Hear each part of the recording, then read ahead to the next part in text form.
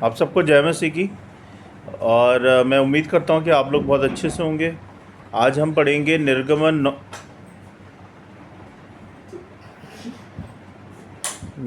9 अध्याय 1 से लेके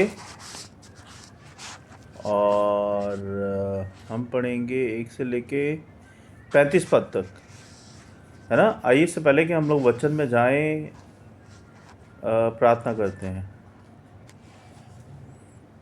सर्वशक्तिमान हमारे अनुग्रहकारी पिता, राजाओं के राजा, प्रभु यीशु, हम धन्यवाद देते हैं इस समय के लिए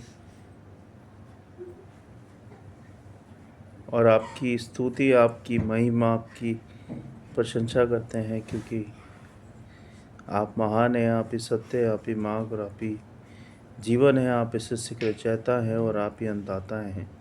बहुत बहुत धन्यवाद प्रभु, अभी तक आपने हर बात से संभाला है, हर बात से ख्याल रखा है। बहुत बहुत धन्यवाद प्रभु जी। जब हम वचन को पढ़ते हैं, सुनते हैं, वचन को खोलते हैं, तो प्रभु जी हमारे ध्यान को, हमारे मन को अपनी ओर लगाएं, अपने वचन की ओर लगाएं और हम सबको बुद्धि समझ ज्ञान दे के हम आपके वचन को समझ पाएँ और शैतान की देखी अनदेखी शैतानी शक्तियों से हम सबको, हमारी वीडियो सभा को बचाएं प्रभु जी। हम सारी बातों को आपके चरणों में रखते हैं, सुने ग्रहण करें प्रभु यीशु मसीह के नाम से, आमीन। तो आज हम पढ़ेंगे निर्गमन 9 अध्याय 1 से लेके 35 पद तक।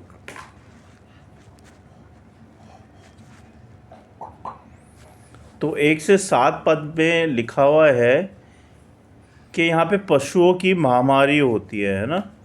तो इसमें लिखा है, परमेश्वर मूसा से कहते हैं कि फ़िरौन को चेतावनी दे, यदि वह इज़राइलियों को नहीं छोड़ेगा तो मिस्र के पशुओं पर भयानक बीमारी आएगी और यह विपत्ति इज़राइलियों के पशुओं को नहीं छुएगी, है ना।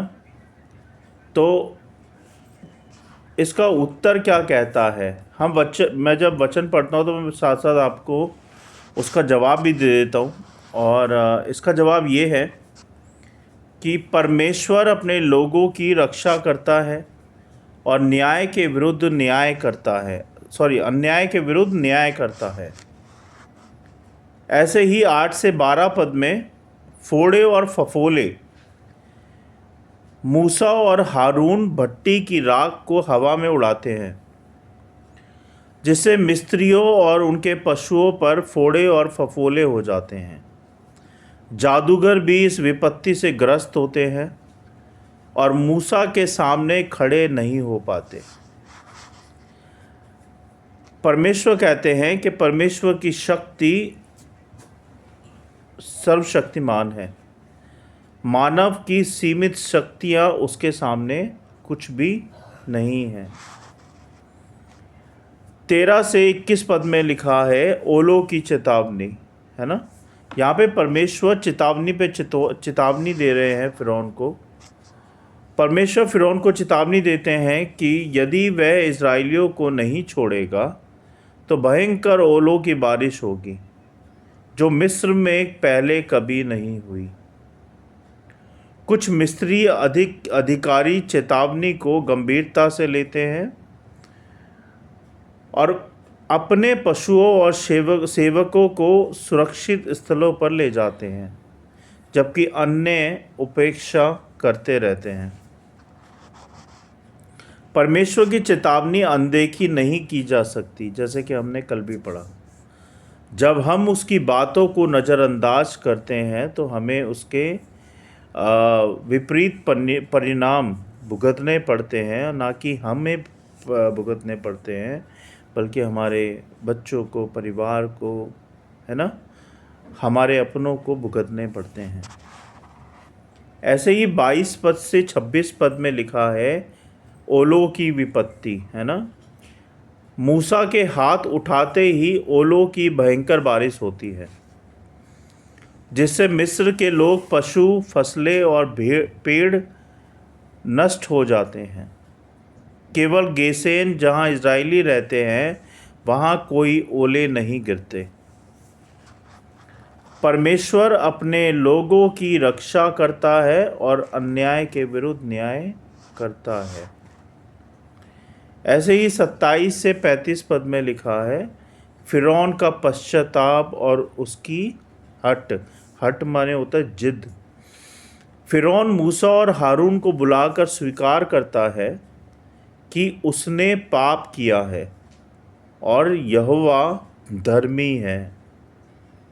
वह उनसे प्रार्थना करता है कि ओलों की विपत्ति समाप्त हो जाए। मूसा प्रार्थना करता है और ओले रुक जाते हैं, लेकिन फिरौन फिर से हठी हो जाता है, यानी कि फिर से जिद्दी हो जाता है और इज़राइलियों को नहीं छोड़ता। ये वचन हमें सिखाता है कि सच्चा पश्चाताप केवल विपत्ति के समय नहीं, बल्कि हृदय परिवर्तन से होता है। परमेश्वर की चेतावनी अनदेखी नहीं की जा सकती और किसी को भी अनदेखा नहीं करना चाहिए, नहीं तो उसका परिणाम भुगतना ही पड़ता है। चाहे आप हो या मैं हूँ या कोई भी हो, चाहे पास्टर हो, पादरी हो या सेवक हो, कोई भी XYZ, अगर वो परमेश्वर की चेतावनियों को अनदेखा करेंगे, या मैं करूँगा या आप करेंगे, तो हमें इसका परिणाम भुगतना पड़ेगा। एक बार रिवाइज कर लेते हैं हमने जो पढ़ा अभी।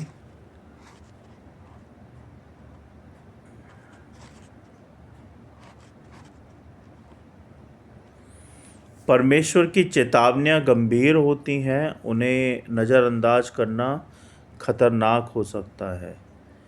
परमेश्वर की शक्ति सर्वोच्च है ना। मनुष्य की सीमित शक्तियाँ उसके सामने कुछ भी नहीं हैं। परमेश्वर अपने लोगों की रक्षा करता है। वह अपने भक्तों को विपत्तियों से, कठिनाइयों से, मुश्किलों से, परेशानियों से, है ना, और हर उस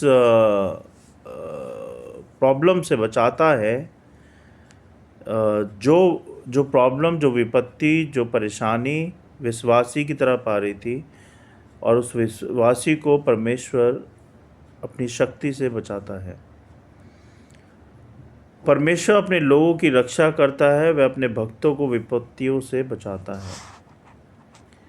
जिद्दी हृदय परिवर्तन नहीं लाता।